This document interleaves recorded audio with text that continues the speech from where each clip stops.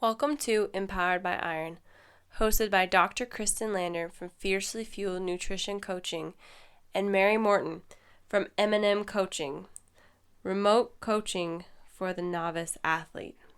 Together, we are empowered by iron.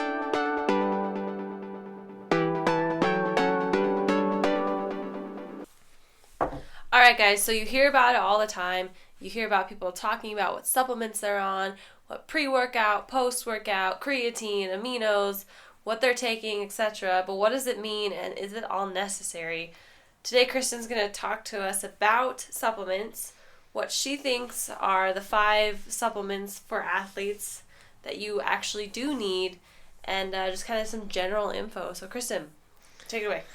Well, so I first want to start out by saying that supplements are of little use to you if your diet is crap. So No way. a lot of people don't think that. They think like I could just eat whatever and just take a bunch of supplements and be fine, which is totally not the case. So if you're eating mostly processed garbage, not very many vegetables, lots of trans fats, lots of refined sugars, just forget about the supplements. You'd be way better off just cleaning up your diet, eating lots of fresh veggies, meat, healthy fats like unrefined coconut oil, grass-fed butter, ghee, olive oil, avocados.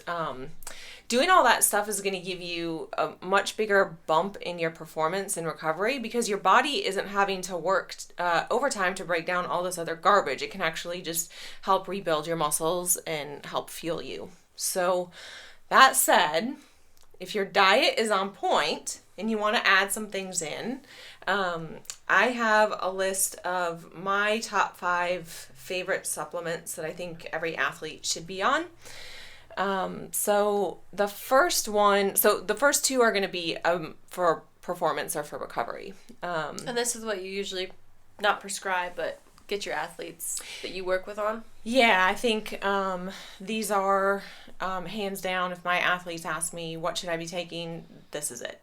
So the first thing would be branched chain amino acids.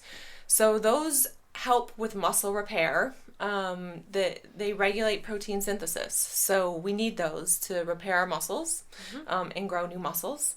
It also helps prevent lean muscle loss. So if you are cutting weight or you're trying to drop weight and you're trying to maintain your strength, branched chain amino acids are going to help you out. So it also increases time to exhaustion. So if you are a CrossFitter or even a weightlifter or power lifter, you're going to have a little bit more sustained energy for a little bit longer.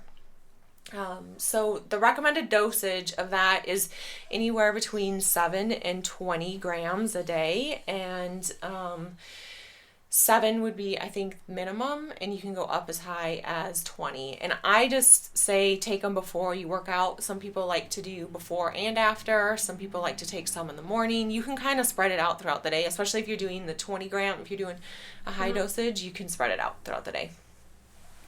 Okay, so number 2 is creatine monohydrate. And it's the most widely researched supplement out there. There's a lot of myths about it being bad for you, and just forget all of them. It doesn't apply to most people. There's all kinds of crazy things like it's bad for your kidneys and what. It's not. You're fine. Don't take super high dosages. If you take, skip the loading phase. You do not need to do that. Just skip it. What's a loading phase? Okay, so if you pick up a bottle of creatine, a lot of them will say to take like a really high dosage for the first week. So you're like loading it into your muscles, and then you just take a lower dosage for maintenance. That's stupid. Scientifically, that doesn't make any sense. I mean, there's some research to back it, but I just think it's unnecessary for most people. And sounds like a scam. Like, hey, use 3 times as much as our supplement in the first week, so that way you have to buy a new one in a week. Right. Yeah, just skip that. So I say for most people, 5 grams of creatine monohydrate, throw it in your protein shake after you work out if you're doing a protein shake, or just take it post-workout.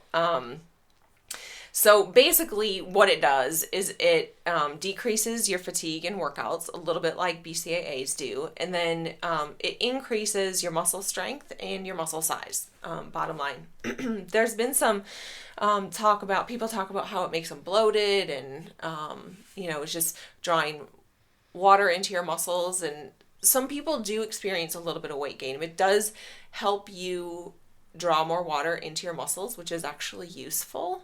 It helps us not get dehydrated. I've never experienced a significant amount of weight gain. Even, as a weight class athlete, we have to be conscious of our weight. Absolutely. And so I've never experienced this 5-pound gain or anything like that.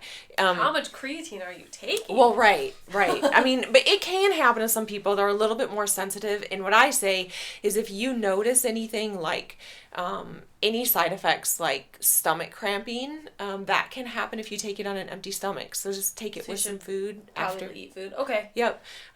So yeah, pretty safe supplement. I think really good for strength gains. All right. So number 3, the next 3 are not what you would think I'm going to say. They surprised me too. And I was expecting whoa, maybe a pre-workout if you're feeling down. But nah, man, Kristin's got it going on. All right, give us the last 3. So the next one is probiotics, surprisingly. Keep things moving. Yeah, well, probiotics strengthen your immune system. And one thing that a lot of people are unaware of is that training depletes your immune system. Intense training. Absolutely. Yeah. So it literally takes everything out of you if you're training super intensely. Right. So keeping some healthy gut keeping some healthy gut around, you can't just give that all away. You gotta keep it. Keeping some healthy bacteria in your gut is going to help keep your immune system functioning at a high level, which is really important. And especially, who wants to take time off working out for being sick? So, no. I read this study. Maybe I was watching a YouTube video. Anyway, it was basically they had 2 groups of people. One group of people took a probiotic and ate really healthy for a couple weeks, and then another group, they didn't take a probiotic and they were eating healthy, and then the third group, neither of them, right? And they found that over time, the people who took neither and they didn't have a healthy diet, they depleted their probiotics, they depleted the good bacteria in their gut, and they only had the disease-spreading bad bacteria in the gut. So, guys, just like she said before, number 1, good diet. Number 2, keep your gut bacteria healthy. Keep your gut healthy. There you go. The third one is omega-3 fatty acids. And a lot of people know about this, but it helps combat the inflammatory effect of intense training. And in combination with exercise, it improves cardiovascular health. So, the dosing for this for general population is about 1,000 milligrams a day of combined EPA and DHA. You need to read the facts on the back because they will sometimes throw in some other fat in there. So you want to make sure that if you add up the amount of EPA and you add up the amount of DHA, it needs to add to 1,000. But I think the athlete should be taking a therapeutic dose if you're training really intensely. So you want about 3,000 milligrams or 3 grams, again, of the combined DHA and EPA. So it's going to help keep you healthy. It's going to keep your muscle tissue healthy. It's going to help you recover and fight inflammation from training. Okay, so is there a link between fats and joint health, not just muscle tissue health, but joint health? Yeah, my answer to that is kind of indirectly because healthy fats help fight and decrease inflammation, and unhealthy fats like trans fats cause inflammation. So it can cause joint inflammation and tissue degradation. So indirectly, yeah. Okay. Mm-hmm. Cool. And so then the last one Last but not least, right, is vitamin D. Sunshine. Sunshine. So vitamin D contributes to overall muscular strength and recovery, as well as contributing to a strong immune system. So if you're not picking up on this, immune health is very important for athletes. Especially because you can't train when you're in bed sick. Right. And training can decrease your immune system. So we've got to do What extra stuff. a circle. It is. It can be a really vicious cycle.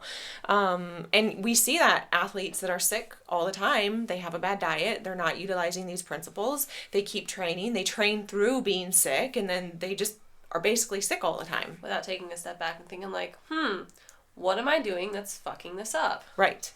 So my dosing with vitamin D is dependent upon what your blood levels are for vitamin D. So I really recommend, I can't really give you like take this much without knowing what your levels are, because vitamin D is a fat soluble vitamin, which means you can overdose on it. So don't just start taking super high doses of vitamin D without getting your blood level checked. I did not know that. Yeah. You can OD on vitamin D. A, D, E, and K are the fat soluble vitamins. So you can OD on any of those. Shit. Yep. Be careful, guys. So, but that's no reason not to take it. I mean, you need to take it, but get your blood levels checked by your primary care physician, and they should be, for the general population, they should be between 20 and 50 nanograms per milliliter. That's just how it's measured. You don't need to know that specific measurements. You just need to know the number 20 to 50. But I think that athletes would be better off if they're in the 50 to 80 nanograms per milliliter. Nanograms is so small. For any of you non-science people out there, when you measure things in weight, it goes grams. That's kind of like the standard. It's not the biggest weight. And then it'll go milligrams, micrograms, and then nanograms. So nanograms is like what? 3, 6, 9, 10 to the 9th. Smaller than grams. So you don't need a whole lot. But you still need to make sure that you're getting some. Absolutely. Yep. And vitamin D deficiency is pretty prevalent, especially people that live in cold climates and aren't out in the sun a lot, because we get vitamin D. Our body it makes vitamin D through exposure to sunlight. But if you're wearing sunscreen outside, which you really should be, then you might not be getting enough vitamin D. So you want to supplement somewhere between 1,000 and 5,000 IUs a day. They're international units. That's how it's measured, depending on your blood levels. So if you're pretty low, you can take 5,000 a day for 6 months, a year, get your blood levels rechecked. If you're in that normal range, then you could supplement with 1,000 a day and be perfectly fine, not have to worry about overdosing on it. That's awesome. So, number 1, BCAAs. Well, okay, they're not in number 1 order, but BCAAs, creatine monohydrate, probiotics, omega-3 fatty acids, and vitamin D. Those are the supplements that are pretty important for athletes. Notice we didn't say a pre-workout, drink to get you all hyped up. If you need that, that's whatever, but it's not necessary. Yeah, that's basically personal preference. And I would really caution people that are taking pre-workout supplements. It is really easy to abuse the stimulants in them. And that's so true. And basically develop you develop a tolerance to it, and then you need to take more, and then you need to take more, and pretty soon you have a little bit of an addiction going on without knowing it. This happens pretty frequently. Yeah. So if you can avoid pre-workout and just get your energy either from, I take a pre-workout nap, a 20-minute power nap, or your pre-workout meal, whatever it is. That's why a lot of people take a pre-workout meal that's a little bit higher in carbs, fast dissolving, so that way it's quick energy and you kind of get going. And eat an intro workout as well. That'll keep you going through your workout. But anyway, that's probably for another day. Well, but I'll say one thing, that if you feel like, I need a little bump before my workout, just drink a little bit of coffee. Coffee! That might get you there. Coffee's the best. Start low and then work up to a pre-workout supplement. Maybe. Thanks, guys. If you guys have any topics that you're interested in us covering, just shoot us an email or hit us up on Instagram or Facebook. Thank you. Until next time. Bye. If you like what you heard today, please help us connect with other female badasses. We would love if you would leave us a review on iTunes. Tell your friends about us. Visit our website, which is empoweredbyiron.com. You can find each of us on Instagram. Mary is at MaryMo_92, and Kristin is at Kristin with an I, Lander. Future topics will include nutrition, programming and training, mental health, and just general female badassery. Yeah, so let us know what you want to hear. If you have any input, that'd be awesome. And guys, this is Empowered by Iron. We want it to be a resource and an outlet for women who are finding their confidence, their independence, and their strength through iron. So thank you for listening. Thank you for checking in. And until next time, I'm Mary. I'm Kristin. And this is Empowered by Iron.